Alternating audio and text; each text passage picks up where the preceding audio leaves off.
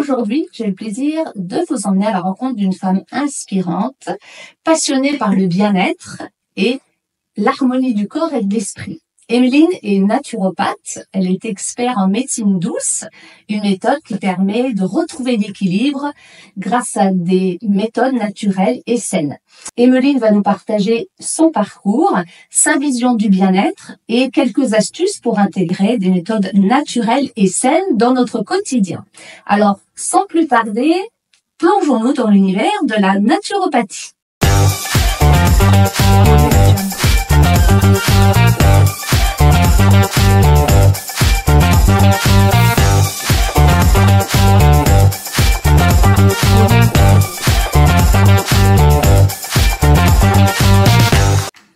Bonjour Emeline. Bonjour. Ravie, merci pour cette interview. Merci. Alors, la première question que j'ai envie de te poser, d'abord, qui es-tu? Peux-tu nous partager ton parcours et qu'est-ce qui t'a amené finalement à la naturopathie? Je suis Emeline, j'ai 38 ans, je suis maman de 2 enfants et je suis naturopathe depuis bientôt 3 ans. Ce qui m'a amené à la naturopathie, c'est que avant j'étais infirmière. D'accord, ouais. En milieu hospitalier et j'ai eu des problèmes de santé, donc avec des douleurs chroniques. J'ai été opérée 2 fois du dos. Donc j'ai dû arrêter ce métier qui me tenait vraiment à cœur. Et j'ai cherché aussi pour moi des solutions naturelles pour me soulager mes douleurs. Oui. Et pour arrêter tous les médicaments que je pouvais avoir et prendre et qui me rendaient vraiment très mal à l'époque.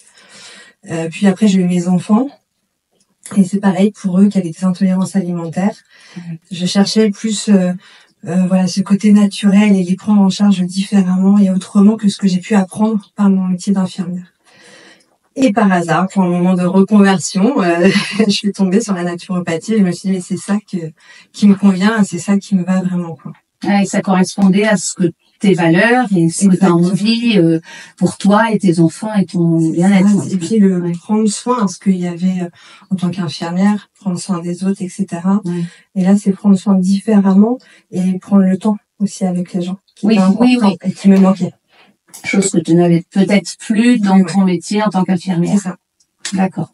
Alors, en quoi ça consiste finalement la naturopathie? Du coup, c'est des plantes. La naturopathie, c'est un ensemble de techniques qui vont être naturelles. C'est complémentaire à la médecine allopathique et à d'autres médecines douces. Ouais. Et on va voir en fait la personne dans son ensemble. Donc on va prendre tout l'être vraiment. On va pas regarder juste vous avez ça comme symptôme et on va voir ça. C'est vraiment prendre en charge l'ensemble, c'est-à-dire le physique, le psychique, le côté socioculturel, vraiment un ensemble, et s'occuper des causes aux symptômes, et pas voir que le symptôme. Aller vraiment chercher en profondeur le problème, en fait. Donc c'est vraiment une approche, on parle d'holistique. C'est ça. Le corps, l'esprit, en fait, finalement le corps il parle par rapport aux mots qu'on a parfois dans le mental. Les mots qui sortent pas se transforment en mots, les mots du corps. Ouais, d'accord. Ok. Et c'est vraiment un ensemble et c'est ça qui est intéressant. Oui. Tu dirais aussi les mots MAUX et puis les mots du cœur finalement aussi. Exactement. D'accord, ok. Et alors, quelle est la place du coup de l'alimentation dans la naturopathie? Est-ce que tu recommandes des aliments bien spécifiques? Parce que c'est vrai qu'on parle d'aliments équilibrés, ça joue un rôle sur notre santé physique? Bien sûr, l'alimentation c'est une des bases de la naturopathie. Il y a plusieurs méthodes, on va avoir à peu près une dizaine de méthodes pour la naturopathie, mais il y en a 3 qui vont être primordiales. Il y a l'alimentation, l'exercice physique et la gestion du stress. Ça montre bien que l'alimentation a une place primordiale en naturopathie. Au niveau des aliments, il faut avoir une assiette arc-en-ciel. Oui, de couleurs. Voilà. C'est ce que je dis souvent. Une assiette de couleurs. Vraiment arc-en-ciel, comme ça on sait qu'on va avoir un maximum de vitamines et de minéraux et d'oligo-éléments qui vont être nécessaires. Après, les poissons gras, c'est très bon pour la santé. Les œufs sont bons pour la santé, mais avec le jaune d'œuf qui va être coulant, on perd tout le bénéfice. Donc c'est important de le savoir. Il y a énormément d'aliments, mais manger de tout et varié. et de saison aussi. Ouais, c'est ça. Et ce qu'on appelle aussi des aliments frais, l'alimentation fraîche, c'est-à-dire pas attendre 15 jours avant de consommer son légume qu'on vient d'acheter. Ouais. Parce que elle perd finalement, les légumes perdent de leurs vitamines d'une manière naturelle, donc et cuisiner, donc du coup t'es pour toi la cuisine faite maison. Bien sûr. Ouais. Après, on n'est pas obligé de faire des grands plats maison. Ouais. On peut faire des petits plats rapides, des cuissons vapeur. On peut éplucher 4 carottes et des petits pois et mettre en vapeur et faire autre chose. Il n'y a pas besoin de prendre des heures en cuisine pour manger sainement. C'est juste vraiment manger de tout et varier. C'est vraiment très très important. Pas dire je vais manger que des légumes. Ben non, en fait, il faut vraiment de tout. De toute façon, c'est pas l'équilibre. Manger que des légumes, le corps il a besoin de protéines pour les muscles aussi.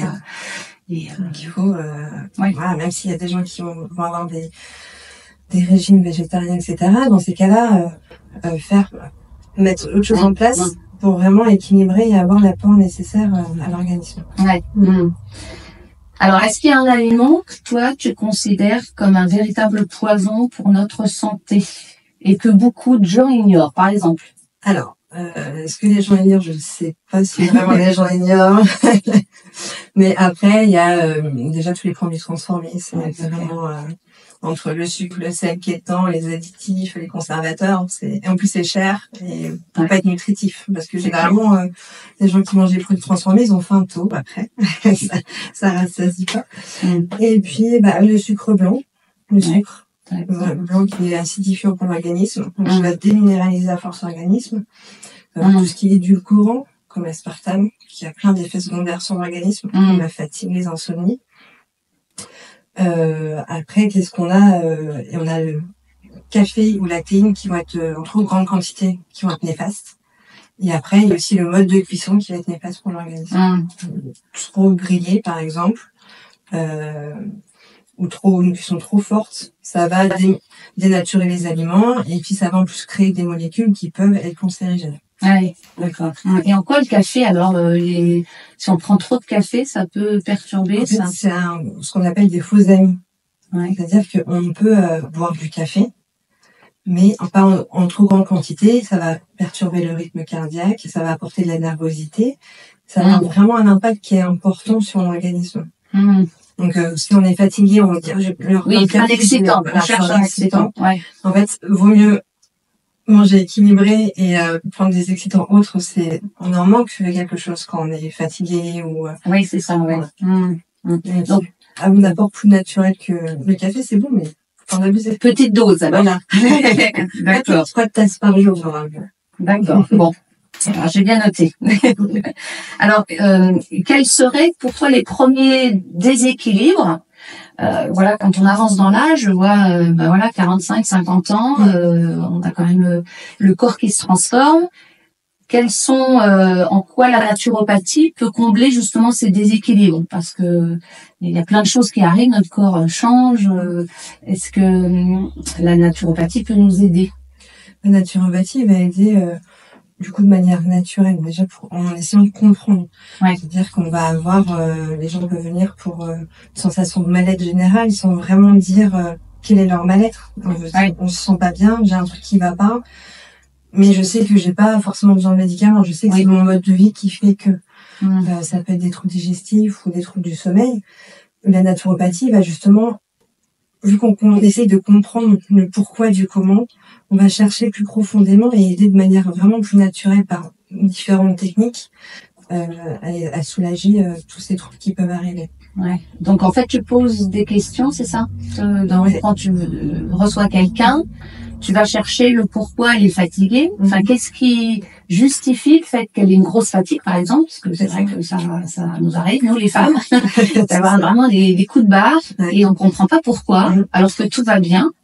On a une alimentation équilibrée, mais peut-être qu'il y a des choses, des facteurs qui fait que c'est ça. Toi, tu vas poser des questions. C'est ça. En fait, le premier rendez-vous en naturopathie, il dure 2 heures, voire 2h30. C'est très très long. D'accord. Parce que je pose beaucoup de questions, vraiment sur tout le système, tout l'organisme. Ouais. Donc je vais faire du cheveu jusqu'à l'orteil. Ouais. Donc forcément, et plus j'en sais sur les gens, sur leurs antécédents, sur leurs médicaments, plus je vais avoir de facilité à les aider et sans que ce soit néfaste aussi pour eux. Ouais. Parce qu'en fonction de certaines maladies, en fonction de certains traitements en cours, Ouais. je vais pas pouvoir conseiller telle ou telle plante parce qu'elle va être contre-indiquée vraiment en fonction de ce qu'ils ont.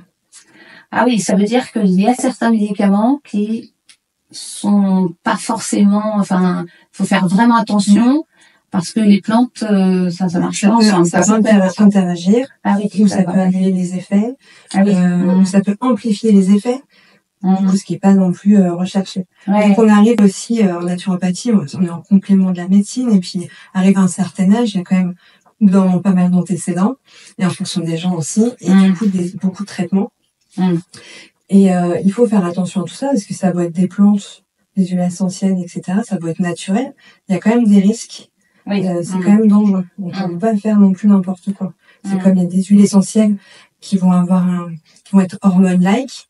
Ça veut dire que des personnes qui ont des cancers du sein, par exemple, elles ne pourront pas prendre ces huiles essentielles-là. On risque de redévelopper un cancer du sein. Ah oui, d'accord. Donc, faut faire attention à tout ça. Et est-ce que tu as des femmes qui veulent venir justement, qui viennent te voir pour peut-être diminuer leurs médicaments, parce que les médicaments, c'est pas anodin non plus, hein. Ça crée quand même surtout les effets secondaires, l'estomac qui trinque. C'est ça. Est-ce que la naturopathie peut aider à peut-être diminuer certains médicaments? Alors oui. Par contre, ce que je dis aux gens, c'est que c'est pas moi. Bien sûr. Voilà, qui vais leur dire après diminuer. Bien sûr, ouais. Donc ils viennent parce qu'elles ont moins envie de prendre le médicament, ou ils ont des effets secondaires par rapport à un médicament, par exemple les brûlures d'estomac. Ça, il y en a beaucoup avec certains médicaments. Oui, c'est ça. Voilà. Du coup, là, je vais apporter des choses naturelles pour soulager et aider. Par contre, si ces personnes-là veulent diminuer ou arrêter un traitement, c'est ces personnes-là de voir avec leur médecin. Voilà. Je ferai en complément du médicament. Voilà, pour soulager en complément de ce médicament-là, mais sans jamais leur dire c'est pas mon rôle de toute manière. Bien sûr, ouais, tout à fait. Médicaments. Ouais, tout à fait. Alors justement, comment la naturopathie peut nous aider, nous les femmes, qui traversons cette période un peu compliquée qu'est la ménopause, avec tous les effets secondaires que ça implique, parce qu'il y a quand même beaucoup de femmes qui ont vraiment des difficultés entre les sueurs nocturnes, les bouffées de chaleur et tout ce qui va avec. Enfin, on sent qu'on est vraiment pas bien. Est-ce que la naturopathie peut nous aider? Oui, bien sûr, ça va aider par déjà des conseils qui vont être globaux, généraux, des conseils alimentaires, l'hydratation. Ça, c'est un des conseils que je donne et tout le monde dit je vois peut-être pas assez, mais personne voit. Mais c'est clair, je me suis vraiment intéressée à l'hydratation, et c'est vrai que c'est comme tu dis, c'est hyper important de bien s'hydrater. C'est ça, et les gens en fait, s'hydratent mal. Et vraiment, c'est compliqué de boire 1,5 litre. C'est vrai. Et après, faire même un nettoyage, un drainage de l'organisme pour aider en période de ménopause. Après, il y a des conseils qui vont être en fonction de la morphologie de la personne, qui sont pas les mêmes, en fonction des antécédents médicaux, des traitements qu'elle a, et puis après ça va être en fonction des symptômes en fait. Donc on peut faire un accompagnement de l'esprit, parce que ça peut être un passage qui est très compliqué chez certaines, en disant j'arrive en ménopause, je commence à vieillir, je suis une vieille, alors que absolument pas. Je pense que oui, c'est dans les croyances, c'est-à-dire que la femme, elle n'arrive pas à accepter finalement cette période-là, et plus elle fait un frein, je ne l'accepte pas, plus peut-être que ça devient compliqué parce que la personne, elle a du mal à accepter tout ça. Donc il y a aussi, comme tu dis, le fait d'accepter l'acceptation du passage à la ménopause. Et là-dessus, on va aider plus avec j'ai plus conseillé des fleurs de bac, par exemple, qui vont vraiment aider en profondeur. Et puis après, je peux conseiller en fonction des symptômes, en fonction s'il y a des bouffées de chaleur, ça peut être des capsules huileuses par exemple, des capsules huileuses au bourrache, D'accord. Qui vont aider aussi contre les bouffées de chaleur, qui vont aussi réguler, et ça aide aussi même les ados ou même les autres femmes qui ont des symptômes prémenstruels par exemple. D'accord. Il peut y avoir plein de choses. En gémothérapie, il peut y avoir le cassis, qui est très bien, qui va réguler le système hormonal, qui va lutter contre la fatigue, les douleurs aussi, rhumatismales. Enfin, ça aide vraiment bien. Il y a un panel qui est assez large, en fait, dans ce qu'on peut proposer. Et c'est pour ça que c'est important que je sache plein de choses. Bien sûr, oui, tout à fait. Bien cibler les besoins. Oui, parce que toi, tu vas l'appliquer par rapport à la personne, par rapport à son passé, par rapport à son histoire, et tout ce qu'elle imagine par rapport à la ménopause. C'est ça. Quelqu'un d'angoissé, de stressé, et qui a une vision, par exemple, de sa maman qui a vécu une ménopause horrible, donc elle va assimiler ça pareil, elle va dire ça y est, ça m'arrive, alors que toi tu peux, en l'écoutant, tout simplement relativiser. Ça, ouais, puis le temps d'écoute, et puis après des techniques de relaxation, de respiration, de la réflexologie, oui, ça aide aussi. Ouais, parce que tu es aussi, c'est vrai quand je l'ai pas dit, au moment où je t'ai présenté, tu es aussi réflexologue. Exactement. D'accord, très bien. Alors que recommanderais-tu pour aider une personne qui souhaite perdre du poids?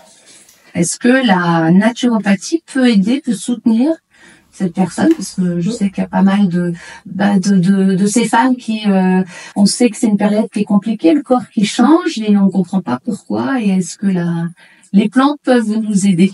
Oui, la naturopathie va aider, mais déjà, le premier conseil que je vais dire aux gens, c'est de pas se mettre un objectif irréalisable.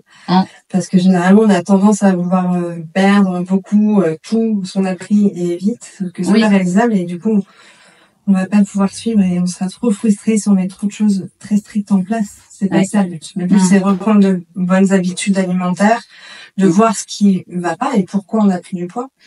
C'est ça. Pour vraiment comprendre cette prise de poids ici, qui est importante. Et après, adapter au fur et à mesure l'alimentation, changer au fur et à mesure ses habitudes. Ben oui, il y a peut-être certainement des habitudes qui sont pas, qui correspondent pas, et la personne n'a pas forcément fait le lien. C'est ça. Peut-être avec ses habitudes, et quand tu lui dis, quand tu vas lui expliquer tout ça, elle va se rendre compte que finalement il y a des choses qui vont changer. C'est ça. Ouais. D'accord. Alors comment la naturopathie peut aussi aider par rapport aux troubles du sommeil? Parce que effectivement, c'est une période, on est très gâtés, tu vois, la ménopause, les problèmes de sommeil qui arrivent quand même assez fréquemment, soit les problèmes d'endormissement, soit les réveils nocturnes. Est-ce que, encore une fois, la naturopathie peut nous aider? Oui, c'est ça, et justement aussi en comprenant les troubles du sommeil, en ayant cette définition avec la personne de son trouble du sommeil. Est-ce que en effet c'est un trouble d'endormissement? Est-ce que c'est des réveils nocturnes? Combien de réveils nocturnes? Qu'est-ce qui se passe à ce moment-là? Est-ce que c'est une personne qui va tourner en rond, qui va cogiter, qui va du coup avoir encore plus de mal à s'endormir? Combien de temps ça dure? Est-ce que c'est lié après un repas, par exemple? Un repas du soir qui est trop copieux, la personne finalement va moins bien dormir. Donc est-ce que c'est un problème digestif qui empêche de dormir? Est-ce que ça peut être un panel énorme? En fait, le trouble de sommeil peut être un panel énorme. Est-ce que c'est lié que à la ménopause ou à la préménopause, c'est des troubles du sommeil? Est-ce qu'il y a du stress derrière? Est-ce que c'est vraiment en naturopathie, on pose vraiment beaucoup de questions pour comprendre et avoir la définition de la personne.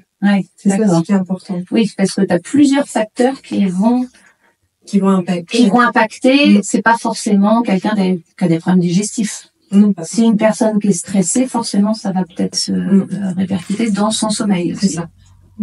D'accord. Ouais. C'est ça qui est important de comprendre pour pouvoir bien cibler et bien aider la personne. Ouais. Est-ce qu'il y a des plantes, justement, j'imagine, il y a des plantes qui peuvent aider à calmer, peut-être ce mental qui fonctionne. Moi, j'aime beaucoup les fleurs de bac, justement, pour le mental, parce que c'est vraiment quelque chose qui va travailler en profondeur et qui va apaiser. Après, il y a des personnes qui sont pas réceptives, mais comme tout en général. Après, les huiles essentielles aussi, tout ce qui est camomille, lavande, des choses qui sont apaisantes, calmantes. Il y a marjolaine à coquille aussi qui marche très bien sur les insomnies, en huile essentielle.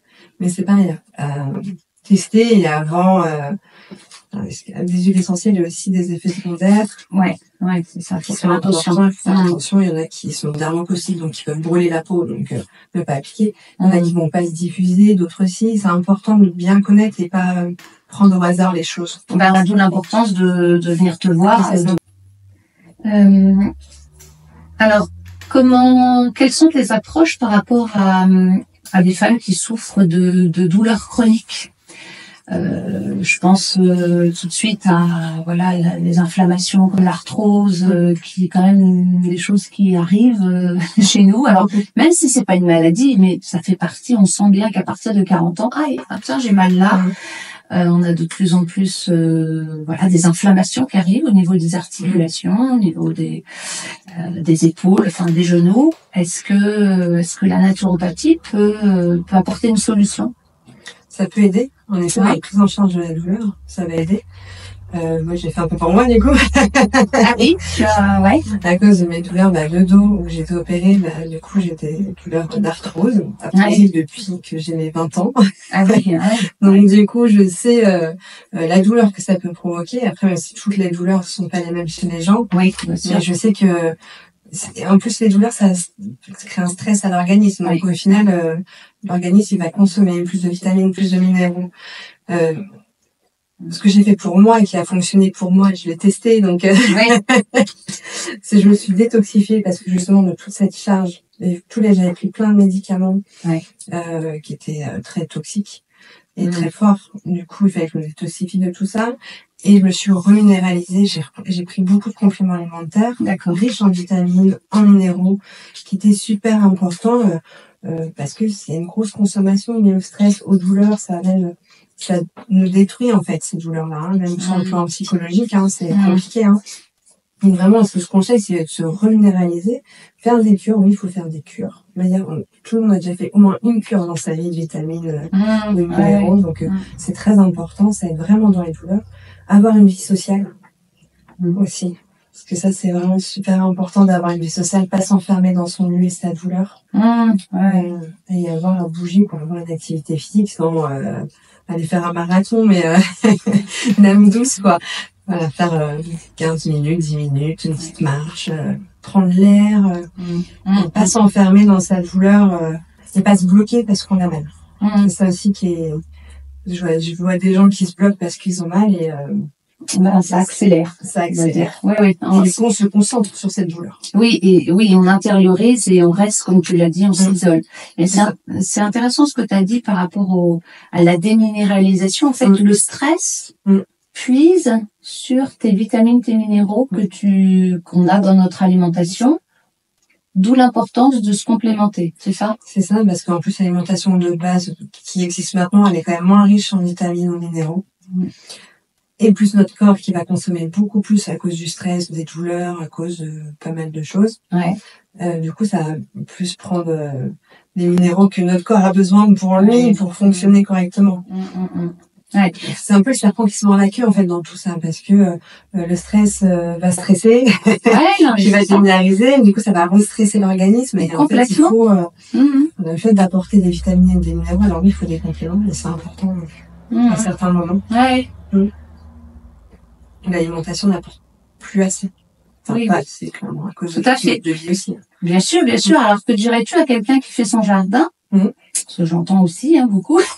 Mais je fais mon jardin, j'ai des légumes bio, je mange des légumes tous les jours, j'ai mes apports en vitamines et minéraux. Alors, c'est mieux. Oui, c'est mieux. Mais en fait, c'est aussi la qualité de notre terre. C'est pas la qualité, les minéraux et les oligoéléments, ils viennent de notre terre. Si la terre, elle est trop travaillée, si, du coup, il y aura moins, et puis, aussi un manque de soleil, il y a pas mal de choses qui font qu'il y a moins de vitamines et de minéraux. Avant, les champs, il y en a qui étaient en jachère, ils les laissaient longtemps, 3 ans. Maintenant, ça n'existe plus, tout ça. C'est pour ça que les aliments sont différents. Donc, même si on mange des légumes de saison, on apporte des vitamines, mais malgré tout, pas assez. Pas assez, et puis après, ça dépendra aussi, comme je disais tout à l'heure, du mode de cuisson. Ouais, c'est ça. Alors, si on cuit tout à la poêle très fort, si on cuit au barbecue, au four, au final, ça fait perdre les vitamines. Les vitamines, ouais. Oui, et après, on comprend pas pourquoi on est fatigué, pourquoi il y a une baisse. Il y a tout ça, tous ces éléments, finalement, le stress, le fait de manger, de pas assez se complémenter. Ouais, c'est ça. Ouais, c'est très intéressant.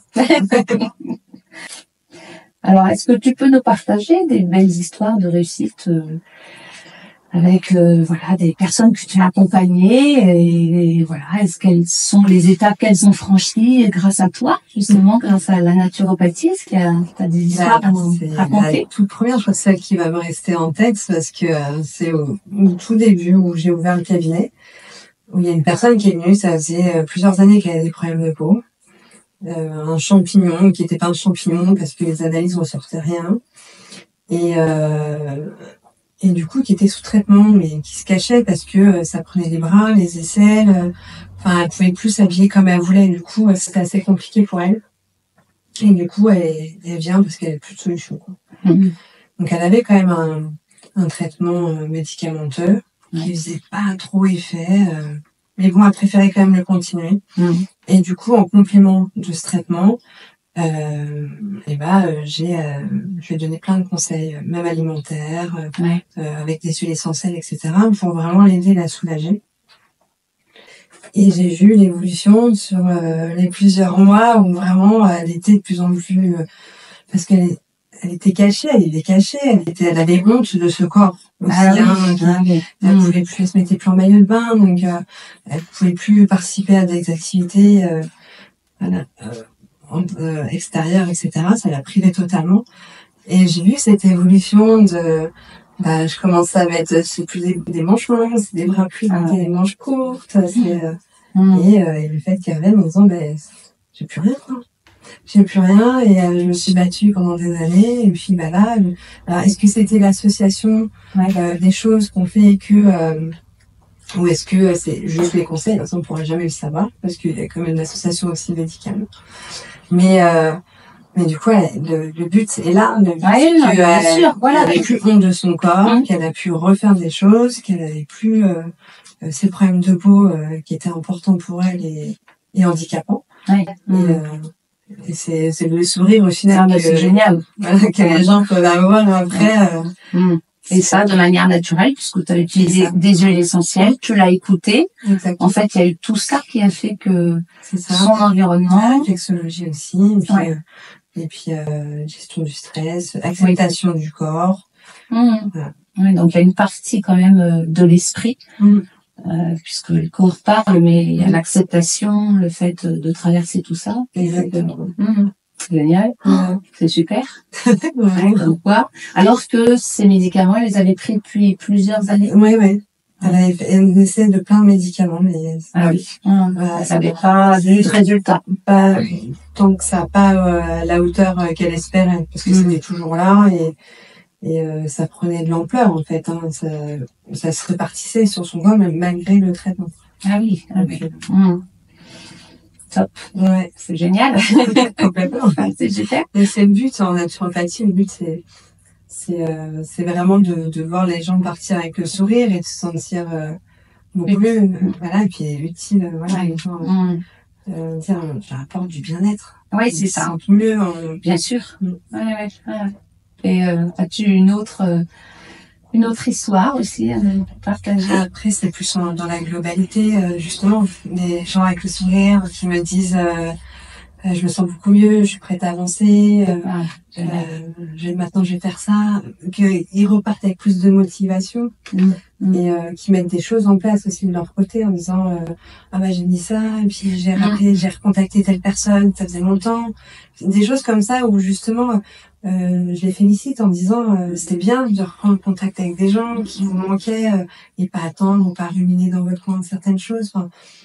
C'est Et puis après, sinon, quand en soin, en réflexologie ou même du micromassage crânien, les gens qui ont du mal à partir de la table parce que tu vas rester sur place. Oui, parce que tu fais aussi du massage, Du micromassage crânien. D'accord. C'est plus un soin énergétique. D'accord, ok. Il n'y a pas de manipulation, c'est très doux, mais les gens sont bien détendus après. Ouais, mais en fait, toi, ton approche, c'est d'amener des outils, de leur donner des choses, de les encourager, parce que finalement, c'est nous qui nous auto-guérissons quelque part, C'est ça, ouais. avec notre façon de penser, et en même temps, le corps, il se relâche quelque part. C'est ça. Mais toi, tu donnes le petit coup de pouce, en fait. Exactement, je vais donner des techniques et puis des conseils. Le but, c'est que les gens soient autonomes sur Bien sûr. après leur bien-être. Qu'ils reviennent parce qu'il y a quelque chose qui est apparu de différent et qu'ils ont besoin de revenir. Des gens vont revenir, certains, mais parce qu'il y a vraiment autre chose. Mais le but, c'est que les gens soient autonomes dans leur prise en charge et dans leur bien-être. Pas que il y ait tout le temps quelqu'un derrière. Ouais, c'est ça. Important. Bien sûr, oui, tout à fait.